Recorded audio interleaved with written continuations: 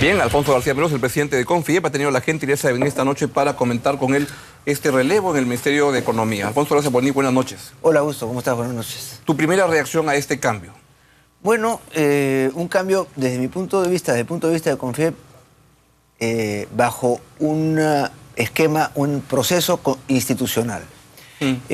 Pocas veces hemos visto en gobiernos, y este gobierno se está caracterizando por eso, por incorporar a los ministros que suceden a los anteriores dentro de la propia institución, habiendo, digamos, hecho millas dentro de la institución, habiendo conocido los mecanismos internos, haciendo una cierta continuidad de la institucionalidad en el ministerio y preocupándose más por los aspectos técnicos y profesionales que por aspectos políticos e ideológicos. Entonces a mí me parece que esa es una buena señal para los mercados y para el país en general, el hacer cambios desde adentro de las instituciones y no desde afuera. Que es algo que ya viene con tiempo, ¿no? Porque Castilla también era desde adentro, era viceministro de Economía con García y ahora ese es el jefe de, seguro el jefe de gabinete de asesores, por tanto se ve una continuidad. Sí. ¿Cómo sería tu balance con respecto a la gestión de Miguel Castilla? Muy buena.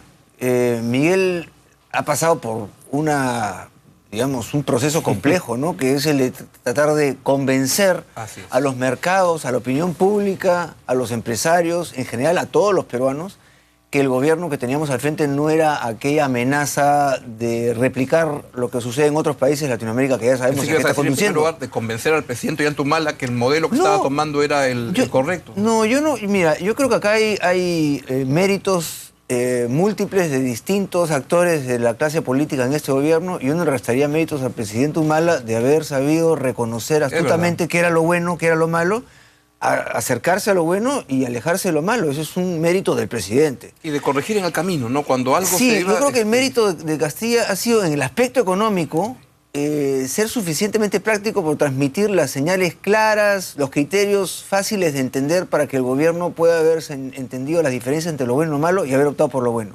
Entonces yo creo que es un equipo que en conjunto ha funcionado bien, tanto del lado político a través del presidente como del lado técnico a través del ministro. Y bueno, de ahí le ha tocado recorrer el camino coincidentemente, sin que hayamos querido los peruanos, de una crisis internacional muy fuerte, sobre todo Europa cayéndose a mitad del gobierno del presidente Humala, y a pesar de eso haber activado los mecanismos de control macroeconómico que impida que esos shocks de oferta y de demanda vayan a afectar sensiblemente la economía peruana. Si bien es cierto, no teníamos o no hemos tenido las tasas de crecimiento de los gobiernos anteriores, por el efecto externo ha podido manejarse digamos, con muy buena reacción desde parte del Ministerio de Economía y Finanzas para poder contrarrestar con políticas contracíclicas aquellos shocks de oferta y demanda que han habido por el lado externo. Por el lado se demoró un poquito, ¿no? Al final sí, más que por el lado de atenuar el efecto del shock externo, se ha demorado un poco en entender que el clamor general de los empresarios y de los peruanos que tienen que ver con el Estado todos los días, porque no solamente los empresarios tenemos que ver con el Estado. Todos los peruanos tienen que ver con el Estado desde el momento que tienen que hacer un trámite en una oficina, en un ministerio, en un hospital público, en un colegio público. En general, todo el aparato estatal está funcionando de una manera no alineada con el interés del ciudadano, sino pareciera que a la inversa. Y hace falta una inyección de carácter y de cambio de actitud al más alto nivel en el gobierno. Y obviamente el ministro de Economía es una de las personas que más poder tiene dentro del gobierno del Perú, para imprimir ese cambio de actitud en todos los funcionarios del sector público y alinearse a servir al ciudadano. El funcionario público se le paga con impuestos que nosotros los peruanos pagamos al gobierno, al Estado, y el Estado con esos impuestos en parte los destina para pagar sueldos del sector público. Por lo tanto, esos funcionarios del sector público están para ponerse al servicio del ciudadano y no que el ciudadano tenga que pedir favores o verse obstaculizado en sus servicios. Esa actitud todavía no ha cambiado en el Perú y eso ha impactado en el sector empresarial de manera muy importante en momentos en donde se venían proyectos de inversión muy grandes y por el lado de la gran empresa Y por el lado del micro y pequeño empresario, no tener la capacidad de poder convencer a la autoridad que si no le deja invertir va a dejar de generar puestos de trabajo, de generar impuestos y así sucesivamente. Entonces, creo que la actitud del sector público no ha sido la adecuada y el Ministerio de Economía y los demás ministerios en general se han demorado en tomar conciencia de lo grave de ese problema en un momento en donde el contexto internacional no ayuda. Tiene el MEF estructuralmente, con Castilla, pero siempre, una especie de arrogancia muy grande frente, no solo a la empresa privada, frente al propio sector público. Ningunea a las regiones, maltrata, son unos bacanes. Y siento que a veces como que le falta mirar distinto las cosas, acercarse más a los hechos. Yo no haría esa crítica al Ministerio de Economía y Finanzas por una sencilla razón. Yo creo que es una de las pocas instituciones que tenemos en el Perú altamente preparadas, con mucho nivel técnico, poco nivel político e ideológico, y con un respeto institucional generalizado. Si hay algo que ha durado mejorando año a año durante los últimos 25 años, es el equipo del Ministerio de Economía y Finanzas, a diferencia de otros ministerios que han tenido, digamos, actuaciones irregulares, ¿no?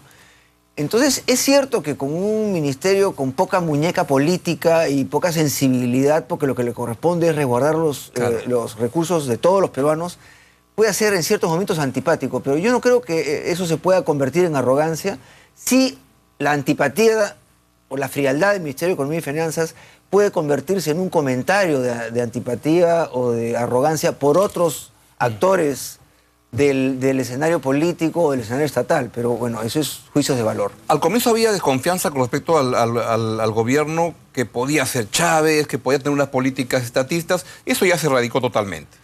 Bueno, tenemos 3 años de tránsito de un gobierno, le quedan 40% del tiempo, el 60% ya ha sido gastado. Creemos que el gobierno explica su naturaleza, su carácter y sus verdaderas intenciones en el 60% del transcurso que ha tenido. Correcto. Pero hay desconfianza de otro tipo, es la desconfianza del gobierno en cuán capaz puede ser para destrabar realmente los trámites que hay por todos lados, cuán hábil puede ser para avanzar en esa línea. Yo creo que lo que tú dices es cierto, la capacidad de gestión en poder identificar oportuna y adecuadamente los problemas y actuar inmediatamente sobre ellos, no es solamente el MEF al que le corresponde actuar, lamentablemente son muchos otros ministerios y el gobierno en su conjunto.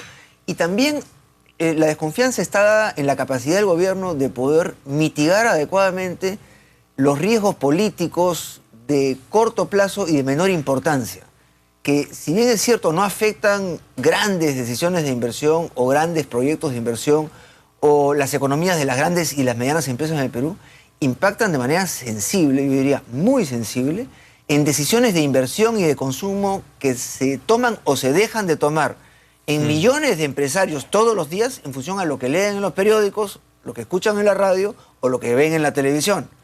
Esos inversionistas, que son inversionistas, que tienen $10.000 en el bolsillo, y que salen en la mañana a decir, ¿me compro una carretilla o no me compro una carretilla? ¿Incremento mi máquina de hacer helados o no incremento mi máquina? ¿Compro 1 metro cuadrado más de bodega o no compro? Todos los días esas decisiones las toman o las deja de tomar en función a qué tan seguros se sienten. Primero, en función a la seguridad ciudadana y segundo, en función a la predictibilidad que le pueda dar el gobierno y en general la clase política de que va a tener mayor o menor consumo en función a la efervescencia o la conflictividad. Te pongo un ejemplo simplemente.